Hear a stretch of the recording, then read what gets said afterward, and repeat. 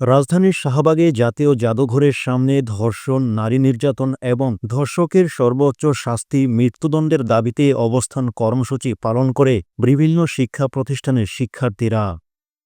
মঙ্গলবার সকাল ১১টা থেকে তারা ছোট ছোট মিছিল নিয়ে শাহবাগে অবস্থান নেন। এ সময় তারা ধর্ষণের বিরুদ্ধে ফাঁসি চাই এবং আমার সোনার বাংলায় ধর্ষকদের ঠাঁই নাই স্লোগান দিতে থাকে।